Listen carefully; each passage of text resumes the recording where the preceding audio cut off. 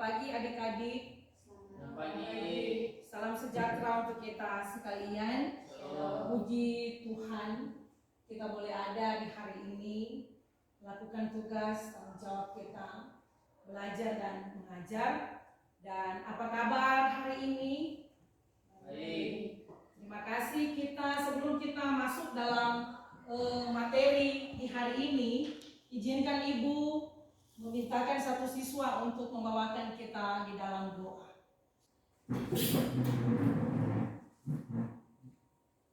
Mari kita berdoa. Bapa kekal yang berada di sorga, pada saat ini Tuhan, kami akan melaksanakan kegiatan belajar mengajar kami. Tolong Engkau tuntun sertai kami Tuhan, dari awal, pertengahan hingga berakhirnya, tidak kurang suatu apapun. Dengan jadi doa Engkau bersyukur kami Tuhan, Engkau membawa naik di dalam nama Tuhan kami Yesus Kristus. Kami sudah berdoa. Amin. Terima kasih kepada anak Farel, dan hari ini sesuai dengan absen bahwa kita hari ini hadir semua. Puji Tuhan kita semua ada di hari ini. Kita masuk dalam kegiatan belajar tentang peran Allah dalam kehidupan keluarga. Siapakah keluarga? Adik-adik sekalian, silakan baca dalam Kejadian 2 ayatnya yang ke-18. Kejadian 2 ayat yang ke-18. Dan sebelum itu kita akan ketahui bersama dulu tujuan pembelajaran kita di hari ini. Jadi tujuan pembelajaran kita di hari ini adalah siswa mampu mengerti apa arti keluarga, kemudian peran Allah dalam kehidupan keluarga. Kita lanjut. Sudah didapat Kejadian 2 ayat 18?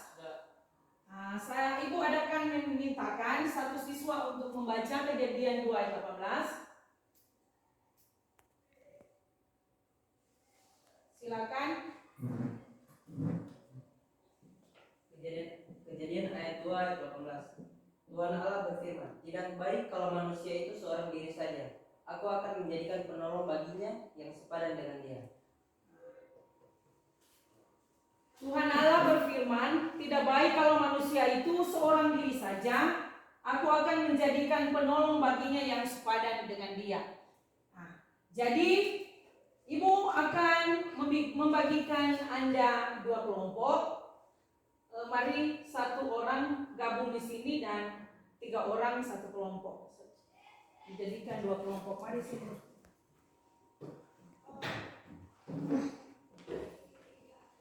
Sini maju.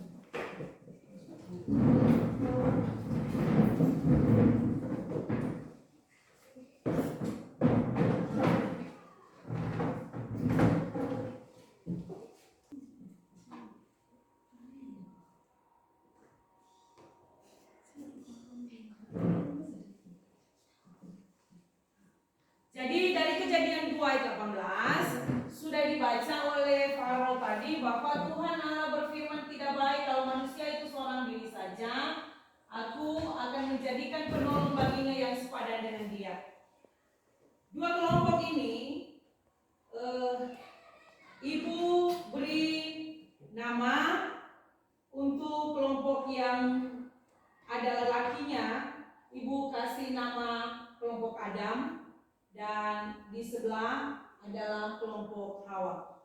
Tugas yang akan dilakukan di kelompok ini adalah Anda menyimak dan menganalisis tentang Kejadian 2 ayat 18.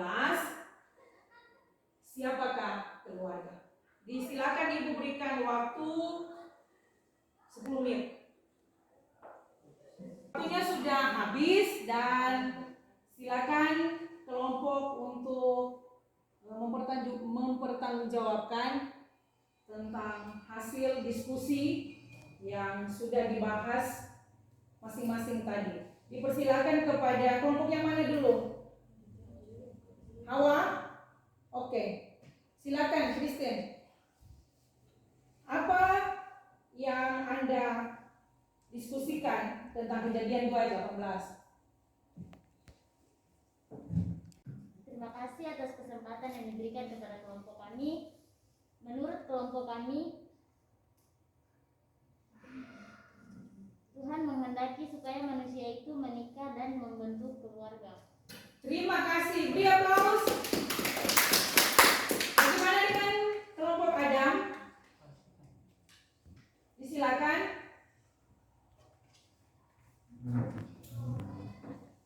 Terima kasih atas kesempatan yang diberikan. Menurut kelompok kami, Tuhan Allah menghendaki manusia untuk hidup bersama dengan orang lain yang menjadi penolong yang sepadan dengan dia, serta mempersatukan satu sama lain dengan cara benar. Oke, terima kasih. Beri aplaus lagi. Jadi dari dua kelompok sudah mewakili tentang siapa keluarga, bahwa Allah menghendaki manusia untuk hidup bersama dan membentuk keluarga. Nah, kemudian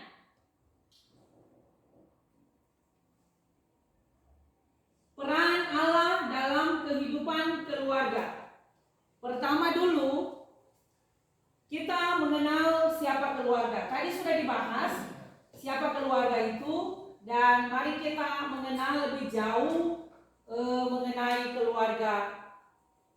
Nah, keluarga adalah bagian kecil dari masyarakat, yaitu persekutuan antara ayah ibu dengan atau tanpa anak, atau semua orang lahir dan bertumbuh di dalam keluarga. Jadi keluarga itu adalah masyarakat kecil yang terdiri dari ayah, ibu, kalaupun dia tidak ada anak, tetapi kalau sudah menikah itu tetap disebut keluarga. Jadi dalam satu persekutuan terkecil yang di dalamnya sudah ada persekutuan, sudah ada pernikahan, berarti itu yang disebut dengan keluarga. Kemudian keluarga hadir di dunia ini sebagai inisiatif Allah. Seperti firman tadi toh, Allah menghendaki agar manusia itu mencari penolong yang sepadan dengan dia. Berarti harus ada interaksi dengan orang lain di sekitarnya.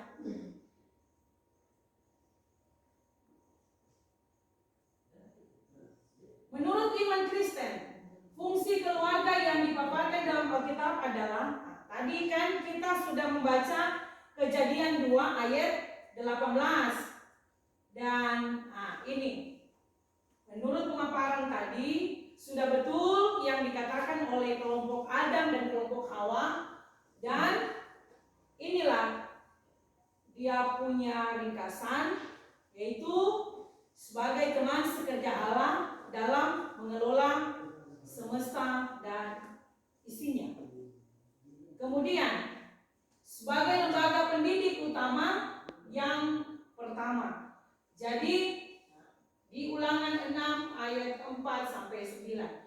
Jadi keluarga adalah sekolah yang paling pertama kan. Orang mengenal dulu, mupange dulu kan orang lahir, kemari pe tahu dunia, pe tahu bicara, pasti orang akan mupange dulu orang tua, mama dan papa, karena setiap hari, setiap saat itu bayi itu pe bangun tidur, pe apa semua kan yang dia lihat dulu adalah orang tuanya. Makanya sampai dia tahu bicara, yang paling pertama dia panggil adalah orang tuanya, mama ataupun papa.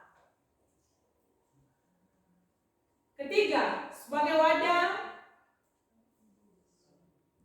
kepada semua anggota keluarga dalam mengekspresikan kasih, kesetiaan, dan sikap saling saling menghormati. Jadi di dalam keluarga tentunya antara mama dan papa, suami dan istri harus saling mengasihi, saling menghormati. Ada sikap ketergantungan, kan?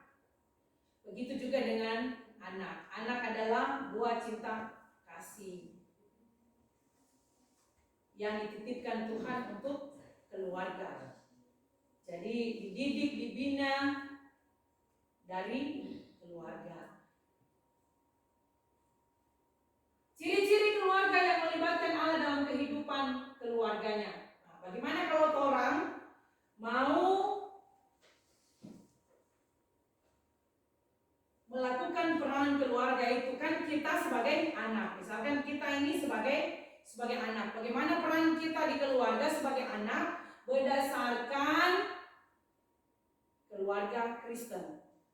Jadi bagaimana orang bersikap di keluarga yang memang benar-benar melibatkan Allah sebagai sumber kehidupan. Nah, seperti tadi dikatakan bahwa harus ada saling mengasihi, saling apa lagi? Menghormati, saling apa lagi? Saling melindungi, toh?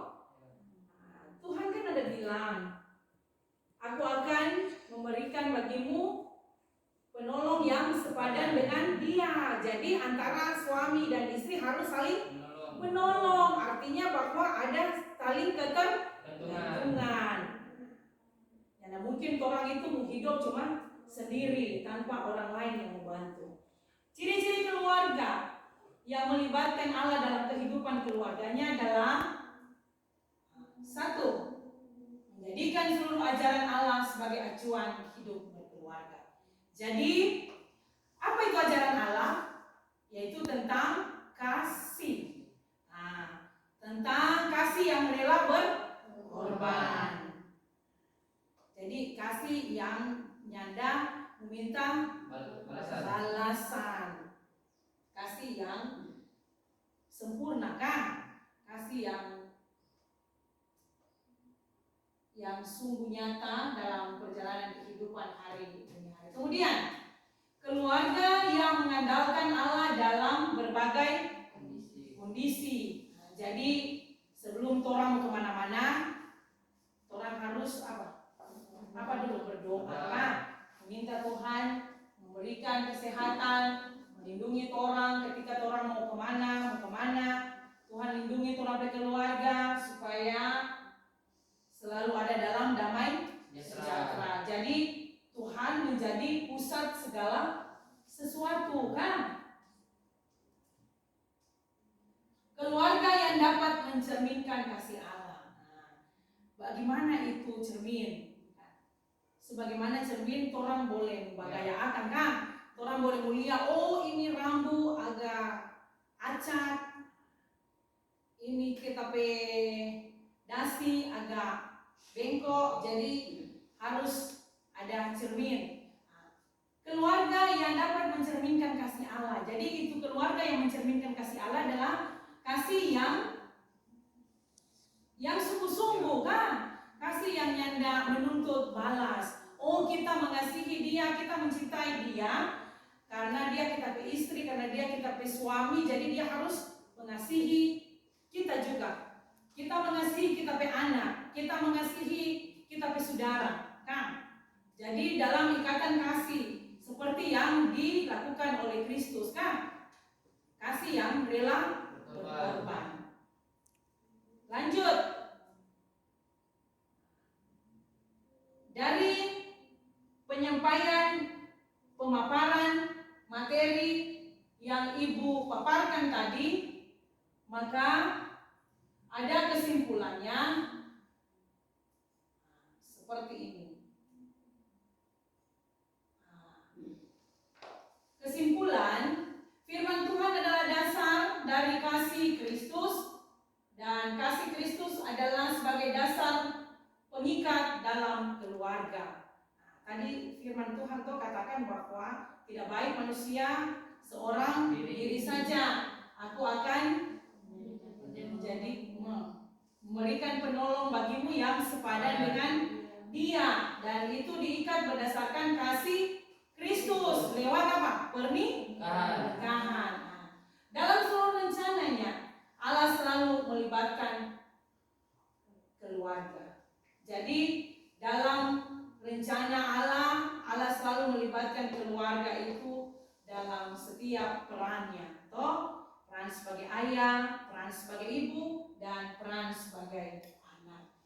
Allah memulai segala dengan keluarga. Allah membentuk dan memberkati keluarga dengan maksud memenuhi kehidupannya dengan rahmat dan keselamatan. Manusia membangun keluarga supaya hidup berbahagia. Tujuan Allah sangat mulia. Segala sesuatu dalam hidup manusia tidak terlepas dari kuasa dan kehendak Allah. Karena itu keluarga adalah lembaga pertama dan terutama di dunia. Lembaga pertama dan tertua di dunia yang dibentuk dan diberkati Allah itu sendiri. Dengan demikian, keluarga dapat mencerminkan hubungan Kristus dengan jemaatnya. Nah, sampai di sini adakah pertanyaan? Sampai di sini sudah jelas siapa itu keluarga? Peran Allah dalam kehidupan keluarga. Kalau tanpa Allah, maka keluarga akan berantakan. Makanya kita harus mengundang Allah untuk terus berkarya dalam kehidupan kita, keluarga kita. Jadi kita mengundang Allah dengan apa? Dengan cara apa? Berdoa. Selalu mengandalkan Tuhan dalam segala hal. Dengan demikian, pelajaran kita hari ini sudah berakhir dan kita akan jumpa lagi pada kesempatan di minggu depan.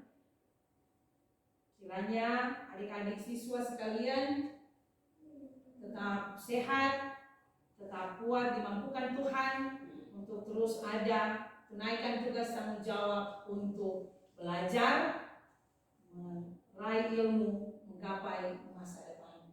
Terima kasih, Tuhan Yesus memberkati kita dan shalom. Shalom.